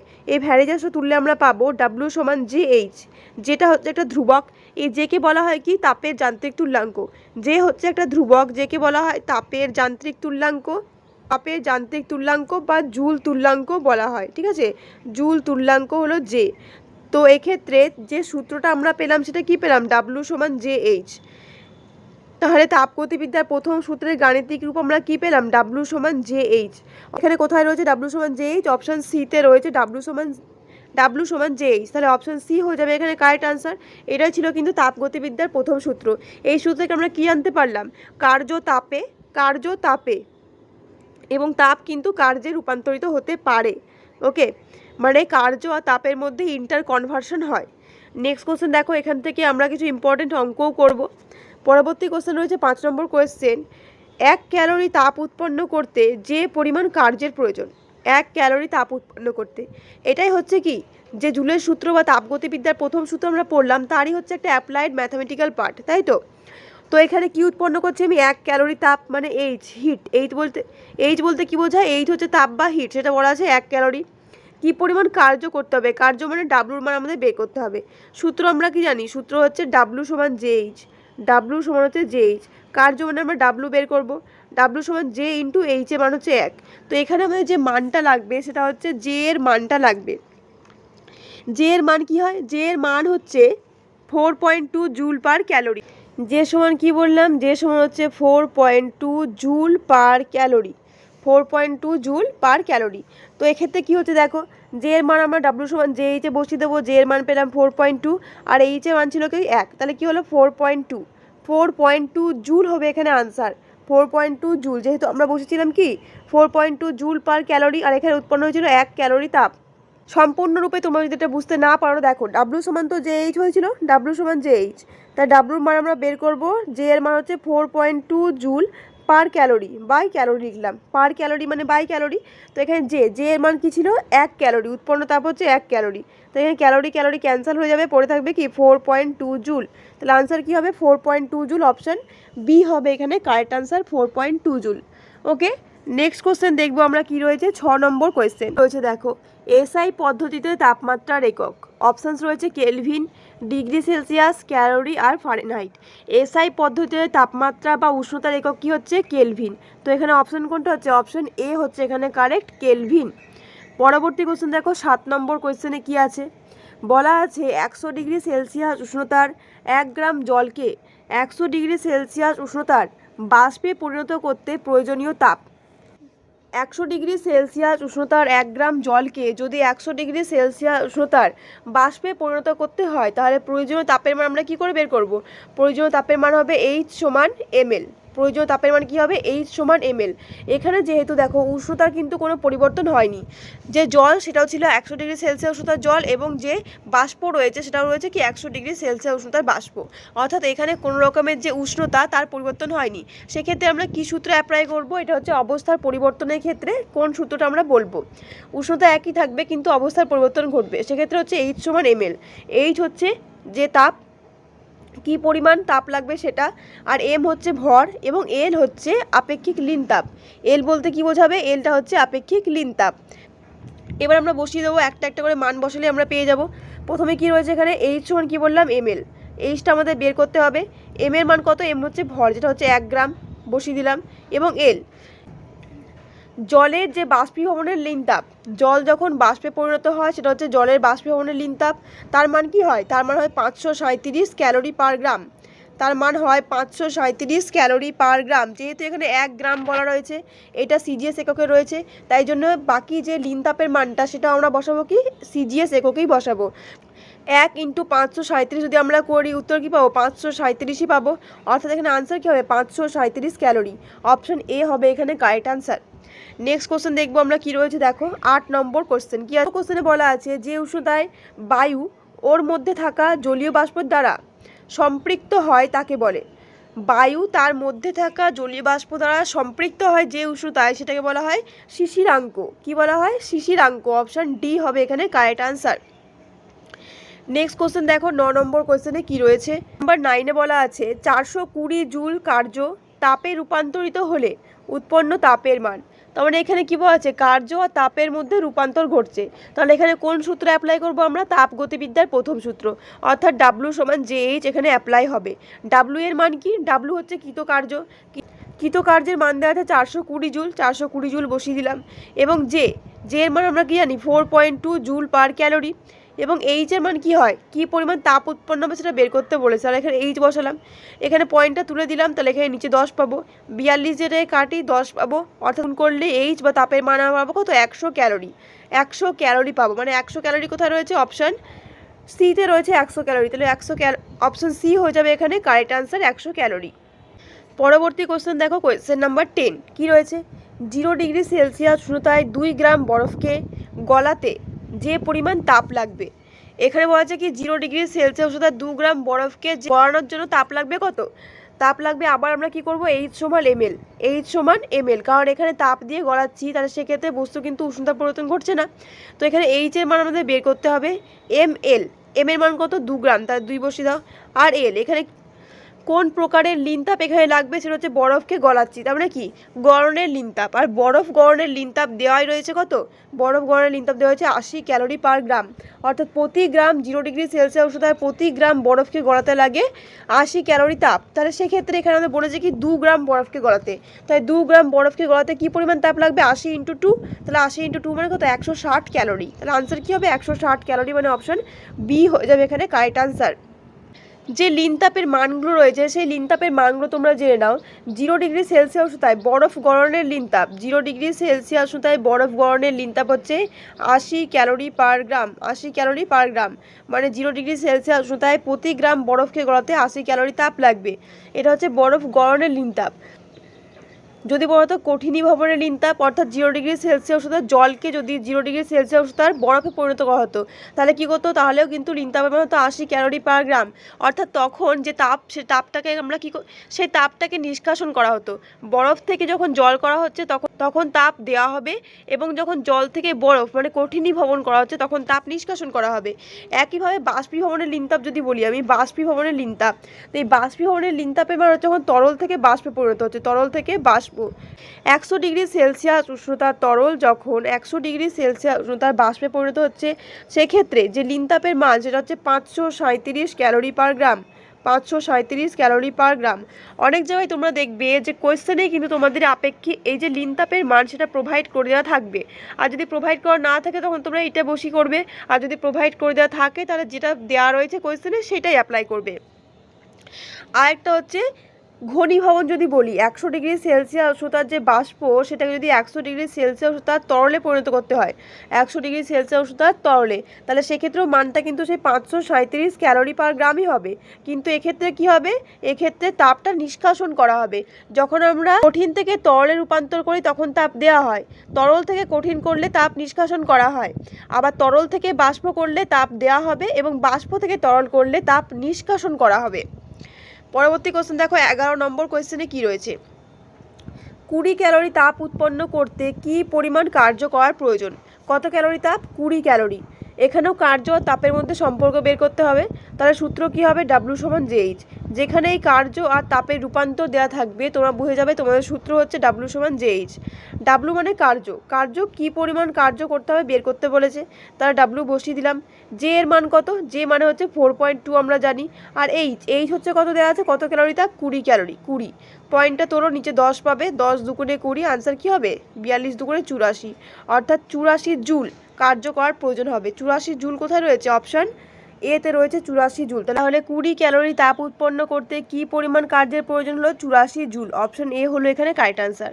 নেক্সট কোয়েশ্চেন নাম্বার 12 কি রয়েছে, 63 জুল কার্য সম্পাদিত করলে কি পরিমাণ তাপ উৎপন্ন হবে। এটাও হচ্ছে তাপগতিবিদ্যার প্রথম সূত্র দিয়েই হবে, অর্থাৎ ডাব্লু সমান কী হবে, জেএইচ হবে। ডাব্লু মানে কি, কার্য। কি পরিমাণ কার্য দেওয়া রয়েছে, 63 জুল। 63 জুল বসিয়ে দিলাম। জে এর মান কি হয়, 4.2 জুল পার ক্যালোরি বসালাম। এখানে চেয়েছে কি পরিমাণ তাপ, তাপের মান কি, এইচ, তাহলে এখানে এইচটা থাকলো। অর্থাৎ এইচ সমান আমরা কি পাবো, এইচ সমান আমরা এখানে পাবো 63/4.2। 63/4.2 পয়েন্টটা তুলে দিলাম, এখানে আমরা 0 পাবো। 21 দিয়ে কাটাকুটি করো, 21 3 63 আর একটা শূন্য, 21 দুগুণে হচ্ছে 42, 2 দিয়ে কাটলে কি হবে এখানে 15। মানে কি পরিমাণ তাপ উৎপন্ন হবে, 15 ক্যালোরি কিন্তু তাপ উৎপন্ন হবে। অপশন এ হয়ে যাবে এখানে কারেক্ট আনসার, 15 ক্যালোরি। পরবর্তী কোশ্চেন দেখো, 13 নম্বর কোশ্চেন কি রয়েছে, 10 কেজি ভরের একটি বস্তু 2 মিটার পার সেকেন্ড বেগে যেতে যেতে হঠাৎ থেমে গেলে কত তাপ উৎপন্ন হবে। 10 কেজি ভরের একটা বস্তু, অর্থাৎ এম সমান দেওয়া রয়েছে 10 কেজি, 2 মিটার পার সেকেন্ড বেগে চলছিল, মানে ভি হচ্ছে 2 মিটার পার সেকেন্ড, তাই তো। ভি এর মান দেওয়া রয়েছে 2 মিটার পার সেকেন্ড। এবার হঠাৎ যদি থেমে যায় সেক্ষেত্রে কী পরিমাণ তাপ উৎপন্ন হবে। কোনো চলমান বস্তু যদি হঠাৎ থেমে যায় তাহলে তার যে গতিশক্তি ছিল, ওই সময় তার যে গতিশক্তি, সেই গতিশক্তিটাই কিন্তু তাপে রূপান্তরিত হবে। গতিশক্তি তাপে রূপান্তরিত হবে। তাহলে এখানে গতিশক্তির মান বের করলে আমরা উৎপন্ন তাপও পেয়ে যাব। গতিশক্তির মান কি হয়, হাফ এম ভি স্কোয়ার। গতিশক্তির মান হচ্ছে half M V square. Half লিখলাম, এম এর মান দেওয়া ছিল 10 কেজি, 10 লিখলাম। ভি স্কোয়ার, ভি মানে হচ্ছে গতিবেগ।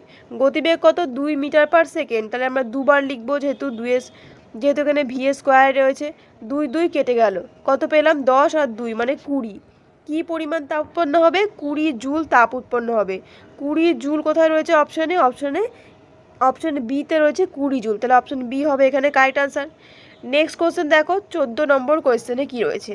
কোশ্চেনে বলা আছে জলের উষ্ণতা 0 ডিগ্রি সেলসিয়াস থেকে 4 ডিগ্রি সেলসিয়াস পর্যন্ত বৃদ্ধি করলে অপশানস রয়েছে ঘনত্ব হ্রাস পায়, ঘনত্ব বৃদ্ধি পায়, আয়তন বৃদ্ধি পায়, নাকি আয়তন ও ঘনত্ব হ্রাস পায়। জলের উষ্ণতা যখন 0 ডিগ্রি সেলসিয়াস থেকে 4 ডিগ্রি সেলসিয়াস এই রেঞ্জের মধ্যে বৃদ্ধি করা হয় সেক্ষেত্রে কী হবে, ঘনত্ব বৃদ্ধি পাবে। অপশান বি হবে এখানে কারেক্ট আনসার। জলের উষ্ণতা 0 ডিগ্রি সেলসিয়াস থেকে যখন 4 ডিগ্রি সেলসিয়াস উষ্ণতার রেঞ্জের মধ্যে বৃদ্ধি করা হয় তখন সেক্ষেত্রে কী হয়, ঘনত্ব বৃদ্ধি পায় এবং এই সময় কী হয়, আয়তন হ্রাস পায়। ঠিক আছে, এটাই হচ্ছে জলের ব্যতিক্রান্ত প্রসারণ। জলের ক্ষেত্রে কি দেখা যায়, ব্যতিক্রান্ত প্রসারণ। নেক্সট কোশ্চেন দেখো, 15 নম্বর কোশ্চেন কি রয়েছে। 15 নম্বর কোশ্চেনে বলা আছে কোন উষ্ণতায় জলের ঘনত্ব সর্বাধিক। অপশানস কি রয়েছে, 0 degree Celsius, 2 degree Celsius, 4 degree Celsius আর 10 ডিগ্রি সেলসিয়াস। এগুলোর মধ্যে জলের ঘনত্ব সব থেকে বেশি হবে কোন উষ্ণতায়, সেটা হচ্ছে 4 ডিগ্রি সেলসিয়াস উষ্ণতায়। জলের ঘনত্ব সব থেকে বেশি হবে 4 ডিগ্রি সেলসিয়াস উষ্ণতায়। এখান থেকেও কিন্তু আমরা জলের ব্যতিক্রান্ত প্রসারণের ঘটনাটা বুঝতে পারি। দেখো কি ঘটনা ঘটে, যখন জলের টেম্পারেচার, কিছু পরিমাণ জলের টেম্পারেচার যদি 0 ডিগ্রি সেলসিয়াস থাকে সেখান থেকে যদি টেম্পারেচার বাড়িয়ে 4 ডিগ্রি সেলসিয়াস করা হয়, এক্ষেত্রে কী হচ্ছে, তাপমাত্রা বাড়ানো হচ্ছে। যখনই কোনো তরল রয়েছে, মনে করো একটা তরল রয়েছে, জলের কথা বলছি না আমি, অন্য কোনো তরল 0 ডিগ্রি সেলসিয়াস রয়েছে, সেখান থেকে আমি সেটাকে 4 ডিগ্রি সেলসিয়াস করছি। যখনই উষ্ণতার বৃদ্ধি ঘটানো হয় তখন যে ঘনত্ব কী হবে, ঘনত্ব হ্রাস পায়। উষ্ণতা বৃদ্ধির সাথে সাথে ঘনত্ব হ্রাস পাওয়ার কথা, কিন্তু জলের ক্ষেত্রে উল্টো ঘটনা ঘটে। জলের টেম্পারেচার যদি 0 ডিগ্রি সেলসিয়াস থেকে 4 ডিগ্রি সেলসিয়াস করা হয়, অর্থাৎ এখানে কি হচ্ছে, তাপমাত্রা বৃদ্ধি করা হলো কিন্তু জলের ঘনত্ব এখানে হ্রাস না পেয়ে জলের ঘনত্ব বৃদ্ধি পায়। জলের ঘনত্ব হ্রাস না পেয়ে কী হবে, জলের ঘনত্ব বৃদ্ধি পাবে। এইটাই হচ্ছে কি জলের ব্যতিক্রান্ত প্রসারণ। আবার যখন আরও টেম্পারেচার বৃদ্ধি করা হবে, মনে করো জলের টেম্পারেচার 4 ডিগ্রি থেকে 10 ডিগ্রি সি করে দিলাম আমি, 4 ডিগ্রি সি থেকে 5 ডিগ্রি 6 ডিগ্রি ভাবে বাড়াতে 10 ডিগ্রি করলাম, তখন কি হবে, তখন কিন্তু ঘনত্ব আবার হ্রাস পাবে। তখন সেই সময় ঘনত্ব আবার হ্রাস পায়। তাহলে কি দেখলাম, 0 ডিগ্রি থেকে 4 ডিগ্রির রেঞ্জে, 0 ডিগ্রি সেলসিয়াস থেকে 4 ডিগ্রি সেলসিয়াস রেঞ্জে জলের যে ঘনত্ব, জলের ঘনত্ব কী হচ্ছে, বৃদ্ধি পাচ্ছে, জলের ঘনত্ব বৃদ্ধি পাচ্ছে। এবং 4 ডিগ্রির পর ফার্দার যদি টেম্পারেচারটাকে ইনক্রিজ বা বাড়ানো হচ্ছে, সেক্ষেত্রে ঘনত্ব কিন্তু হ্রাস পাচ্ছে।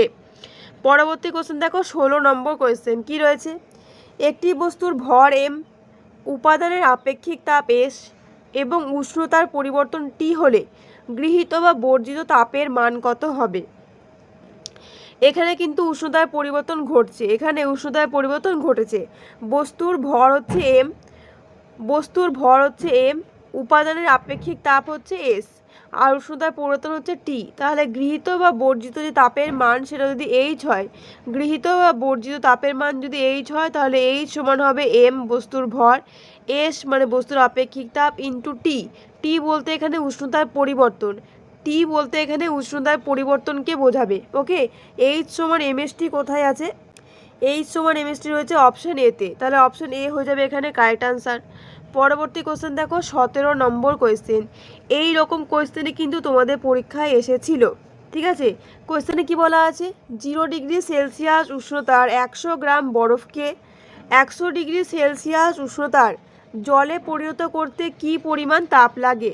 প্রথমে জলটা রয়েছে 0 ডিগ্রি সেলসিয়াস উষ্ণতায়, প্রথমে যে টেম্পারেচার সেটা কত দেওয়া রয়েছে 0 ডিগ্রি, আর যে ভর সেটা দেওয়া রয়েছে 100 গ্রাম।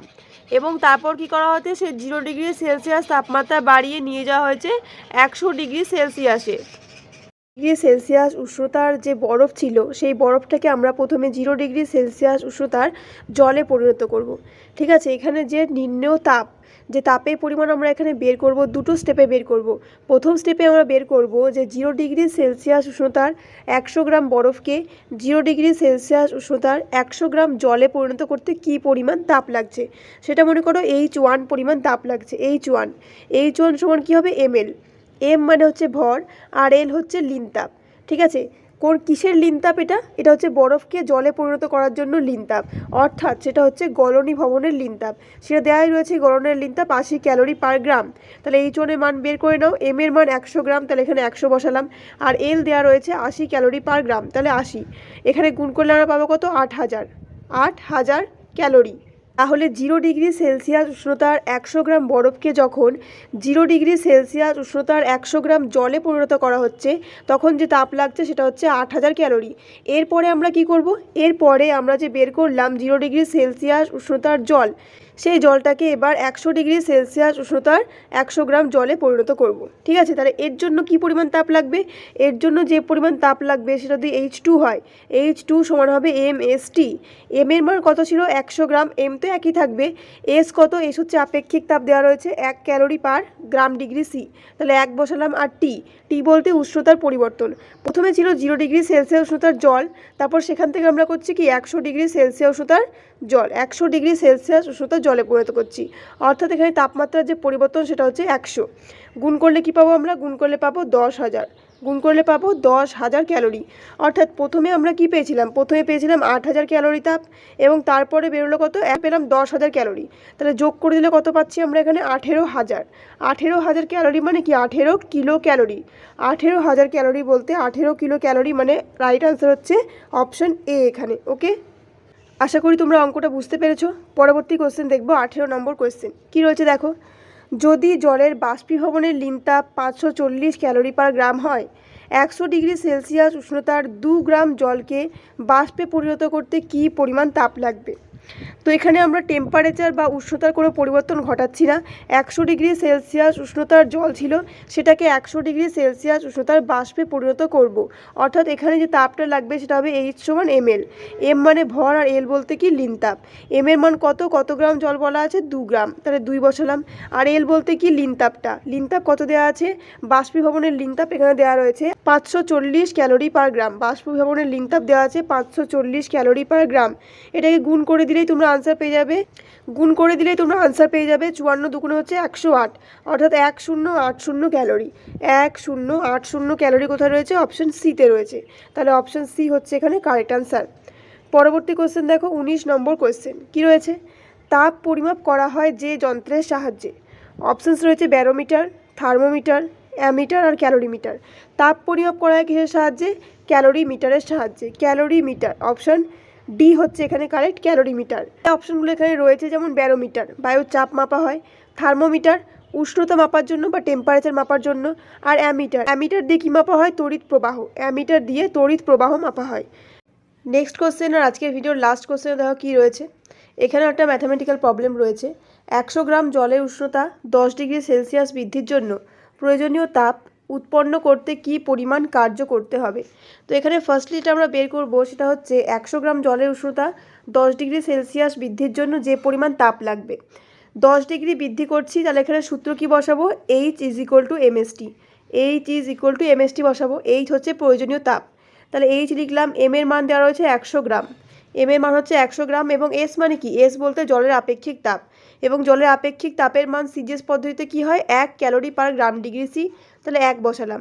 আর টি হচ্ছে এখানে উষ্ণতার যে বৃদ্ধি বা হ্রাস বা উষ্ণতার পরিবর্তন, সেটা কত ডিগ্রি পরিবর্তন ঘটানো হচ্ছে? এখানে 10 ডিগ্রি, তাহলে 10 লিখলাম। তাহলে এখানে কি পাচ্ছি? 1000। এখানে কি পরিমাণ তাপ পাওয়া গেল? 1000 ক্যালোরি তাপ।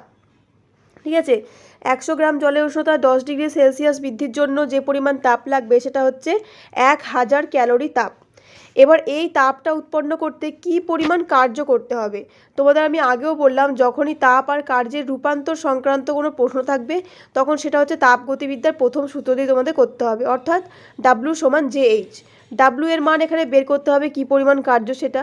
জে এর মান কি হয়? জে এর মান হচ্ছে 4.2 জুল পার ক্যালোরি, তাহলে 4.2 বসানো হলো এখানে। আর এইচ এর মান এখন আমরা কি পেয়েছিলাম? এইচ এর মান পেয়েছিলাম 1000, এইচ এর মান পেয়েছিলাম 1000 ক্যালোরি। পয়েন্ট তুললে নিচে বসবে 10, 00 কেটে যাবে, 42 ইন্টু 100 মানে 4200 হবে আনসার। 4200 জুল বা 4200 জুল কার্য করতে হবে। অপশান সি হচ্ছে এখানে কারেক্ট আনসার। ঠিক আছে, তাহলে এই ছিল আজকে টোটাল 60টা কোয়েশ্চেন। লাইফ সায়েন্স করলাম আমরা 40টা, এবং ফিজিক্যাল সায়েন্স তাপ থেকে করলাম মোট 20টা কোয়েশ্চেন। এই কোয়েশ্চেনগুলোর মধ্যে তোমরা কতগুলো পারলে সেটা অবশ্যই আমাকে জানাবে। আজকের জন্য এইটুকুই, দেখা হচ্ছে নেক্সট ভিডিওতে নতুন কোনো টপিকের সাথে। ততক্ষণ তোমরা পড়তে থাকো এবং প্রিপারেশন নিতে থাকো।